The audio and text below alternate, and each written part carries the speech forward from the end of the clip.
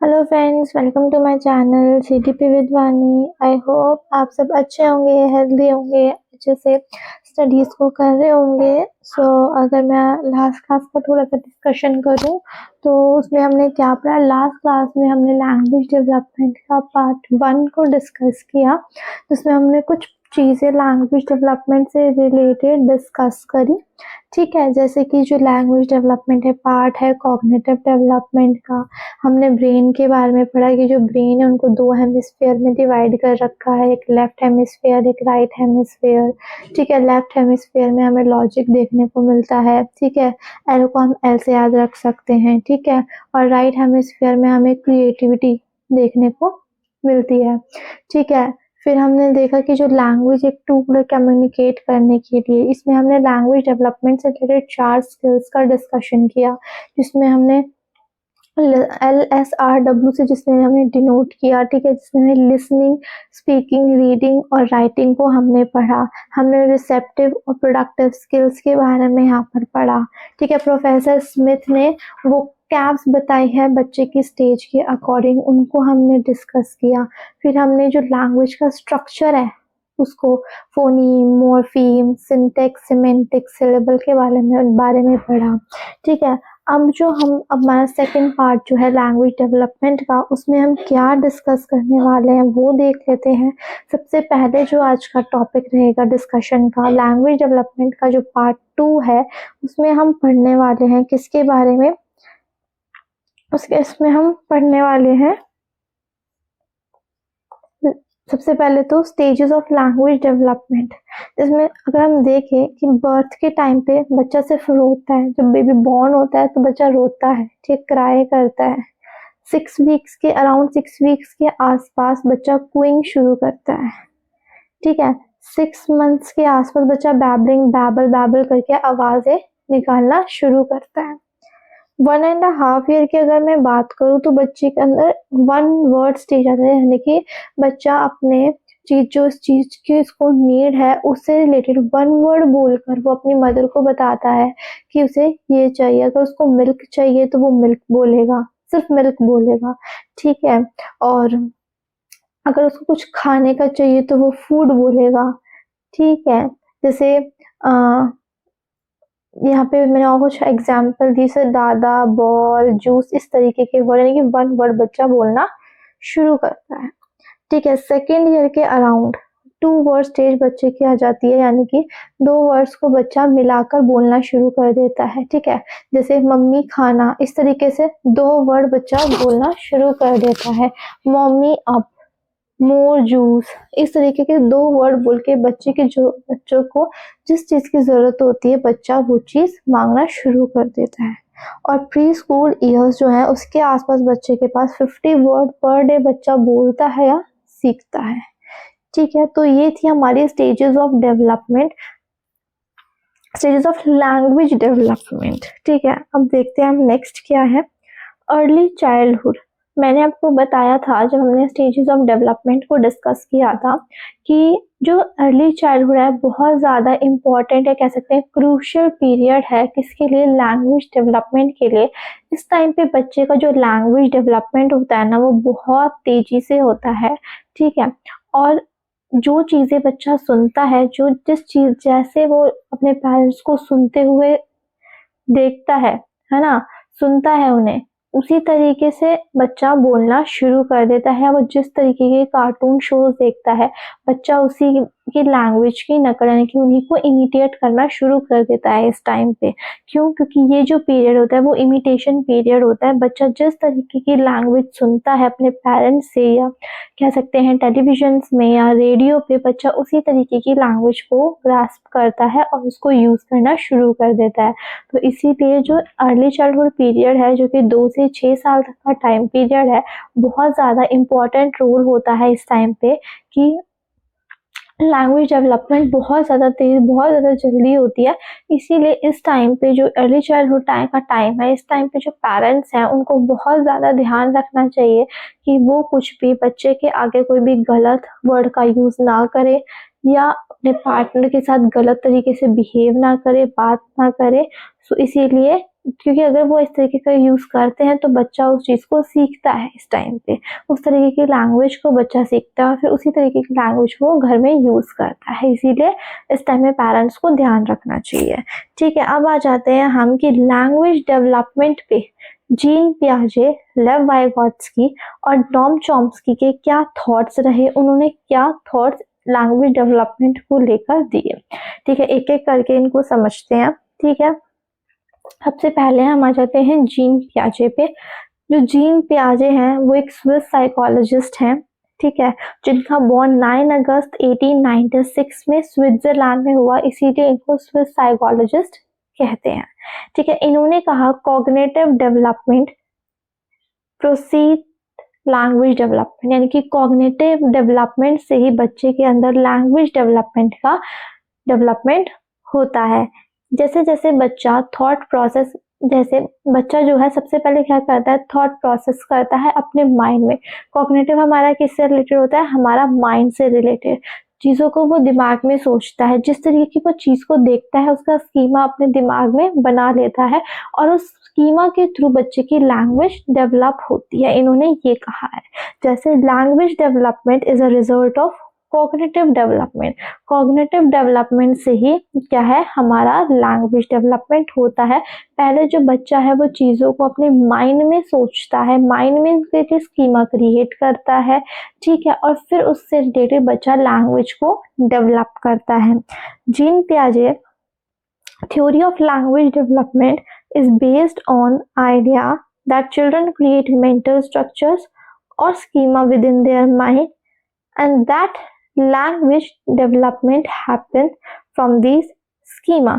इन्होंने कहा जीन पियाजे की थ्योरी में कि जो लैंग्वेज डेवलपमेंट है ना वो कैसे होता है। सबसे पहले जो बच्चा है वो अपने माइंड में मेंटल स्ट्रक्चर्स को क्रिएट करता है, स्कीमास को क्रिएट करता है और उसके बाद जाके उन स्कीमास के थ्रू बच्चे का लैंग्वेज डेवलपमेंट होता है। इन्होंने ये कहा, यानी कि इन्होंने सिंपल, अगर मैं कुछ सिंपल वर्ड्स में कहूँ तो इन्होंने बोला कि पहले बच्चे का थॉट प्रोसेस आता है, यानी कि पहले बच्चे का थॉट आता है, यानी कि कॉग्निटिव डेवलपमेंट आता है जिसके अंदर हमने थॉट प्रोसेस को रखा और फिर जाके बच्चे की लैंग्वेज डेवलप होती है। तो क्या जीन पियाजे ने बोला कि पहले थॉट आता है एंड फिर लैंग्वेज यहाँ पे डेवलप होती है। ठीक है, इन्होंने एक कहा जो ईगोसेंट्रिक स्पीच है it is of no use. इस ईगोसेंट्रिक स्पीच को ही लेव वाइगोत्स्की ने प्राइवेट स्पीच का नाम दिया, वहीं उन्होंने इसको बहुत ज़्यादा इम्पोर्टेंस दी है, बट अब जीन पियाजे ने इसको यहाँ पर निगलेक्ट किया है। क्यों? पहले ईगोसेंट्रिक स्पीच होती क्या है हम वो देख लेते हैं। ठीक है, या हम इसको आगे समझेंगे कि ईगोसेंट्रिक स्पीच होती क्या है। अभी मैं ये बता देती हूँ आपको कि ईगोसेंट्रिक स्पीच का इन्होंने कोई यूज नहीं बताया। इन्होंने बोला कि अगर बच्चा ईगोसेंट्रिक स्पीच करता है तो वो एक तरीके से इमैच्योर माना जाता है चीज़ों को लेके, हम कह सकते हैं लैंग्वेज डेवलपमेंट में। ठीक है, फिर आ जाता है कलेक्टिव मोनोलॉग, वो भी इसी से रिलेटेड है हमारा। ठीक है, फिर आते हैं हम नेक्स्ट जो कि हमारा है लेव वाइगोत्स्की। अब लेव वाइगोत्स्की हमें क्या कहते हैं, in the beginning language and thoughts are different, after about 1.5 year they start merging and then work parallel. इन्होंने कहा कि जो हमारा थॉट है और हमारा लैंग्वेज है दोनों बिगिनिंग पीरियड में डिफरेंट है, अलग अलग है, बट जैसे जैसे बच्चा ग्रो करता है 1.5 year तक के आसपास आता है, दोनों ही थॉट और लैंग्वेज दोनों ही एक दूसरे के साथ मर्ज हो जाते हैं और दोनों ही मिलकर पैरेलल वर्क करते हैं। उसी तरह जो पियाजे थे हमारे, उन्होंने कहा कि पहले थॉट आता है और थॉट की वजह से जो है हमारे लैंग्वेज डेवलप होती है। और जो लेव वाइगोत्स्की थे उन्होंने क्या कहा कि थॉट और जो लैंग्वेज दोनों ही स्टार्टिंग पीरियड में तो अलग अलग होती है, बट 1.5 year के आते आते दोनों एक दूसरे में मर्ज हो जाती है और दोनों पैरेलल वर्क करती हैं। ठीक है, इन्होंने स्पीच के कुछ 3 फॉर्म दिए, जो क्या है वो देख लेते हैं। सबसे पहला social speech, private speech and silent speech. Social speech around 2 year बच्चे के अंदर डेवलप हो जाती है। प्राइवेट स्पीच जिसको कि जीन पियाजे ने ईगोसेंट्रिक स्पीच कहा, ठीक है, अराउंड 3 years डेवलप हो जाती है। और साइलेंट स्पीच अराउंड 7 ईयर बच्चे में डेवलप हो जाती है। अब इनको एक एक करके हम डिस्कस कर लेते हैं। ठीक है, सबसे पहला आ जाता है हमारा सोशल स्पीच। अब सोशल स्पीच क्या है? In which children communicate with others, यानी कि बच्चा जो है यहाँ पे दूसरों से बात करता है, दूसरों के साथ कम्युनिकेट करता है, दूसरों के साथ इंटरैक्ट करता है। ठीक है, और यहाँ पे बच्चा सोशल स्पीच कर रहा है, लोगों से बात कर रहा है, अपने पेरेंट्स से, अपने सिबलिंग से, अपने पीयर से, ठीक, जिसके साथ भी वो इंटरैक्ट कर रहा है उनसे बात कर रहा है, सोशल स्पीच हो गया। ठीक है, अब प्राइवेट स्पीच क्या है? यहाँ पे children speak to themselves were engaging in cognitive task. अब यहाँ पे क्या है? बच्चा खुद से ही बात कर रहा है, खुद को डायरेक्शन दे रहा है, खुद के एक्शन को डायरेक्ट कर रहा है। कैसे? जब भी वो एक कॉग्निटिव टास्क या एक्टिविटी परफॉर्म कर रहा है तब। जैसे आपने देखा होगा बच्चा खेलते खेलते अपने आप से ही बात करता है, या जैसे अगर उसने कोई खिलौना तोड़ दिया है और उसको वो जोड़ने की कोशिश कर रहा है और वो कोई पार्ट गलत जगह जोड़ दे रहा है, तो वो अपने आप को कहता है कि अरे नहीं, ये मैंने गलत लगा दिया। इस तरीके से वो अपने आप को, अपने एक्शन को, जो भी वो एक्शन कर रहा है ना, उसको डायरेक्ट कर रहा है, यानी कि उसी को डायरेक्शन दे रहा है अपने एक्शन को अपने आप से बात करके। ठीक है, private speech is transitional stage between external और internal speech where children use language to guide their own action. अब इंटरनल और एक्सटर्नल स्पीच क्या है? इंटरनल तो हो गई हमारी कौन सी? एक्सटर्नल हो गई हमारी सोशल स्पीच, और इंटरनल हो गई हमारी इनर स्पीच, जिसके बारे में हम आगे बढ़ेंगे। इन दोनों के बीच का जो टाइम है, जो ट्रांजिशन स्टेज है, वही है प्राइवेट स्पीच, जिसमें बच्चा खुद से बात करता है। ठीक है, खुद के एक्शन को डायरेक्शन देता है जब वो किसी एक्टिविटी को या किसी टास्क को परफॉर्म कर रहा हो। ठीक है, अब आते हैं नेक्स्ट, जो है हमारा silent speech. The final stage of speech development. बच्चे की फाइनल स्टेज है स्पीच डेवलपमेंट की, इसको, और stage of language development and thought process. इस स्टेज है लैंग्वेज डेवलपमेंट की और थॉट प्रोसेस। इसमें क्या होता है? जब बच्चा है ना, अब अंदर ही अंदर अपने माइंड में चीजों को, अपने माइंड से ही थॉट प्रोसेस को या फिर लैंग्वेज को डेवलप कर रहा है, बिना बाहर कोई वॉइस निकाले या बिना किसी से बात करे, अपने अंदर ही थॉट प्रोसेस की हेल्प से बच्चा यहाँ पे अपने लैंग्वेज को डेवलप कर रहा है। यहाँ पे हमें बच्चे की कोई भी वॉइस सुनाई नहीं दे रही।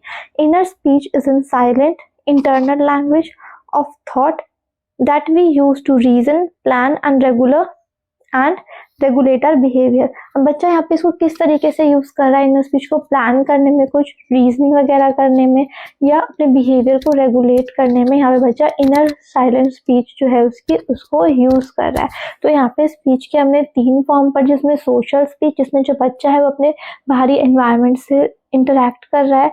ठीक है, प्राइवेट स्पीच, जिसमें कि बच्चा खुद से ही बात कर रहा है, खुद के एक्शन को डायरेक्शन दे रहा है अगर जब वो की टास्क या कोई एक्टिविटी परफॉर्म कर रहा है। और साइलेंट स्पीच, जिसमें कि बच्चे की वॉइस हमें नहीं सुनाई दे रही, जिसमें बच्चा अपने आप से ही अंदर ही अपने माइंड में थॉट प्रोसेस के थ्रू अपने लैंग्वेज को डेवलप कर रहा है।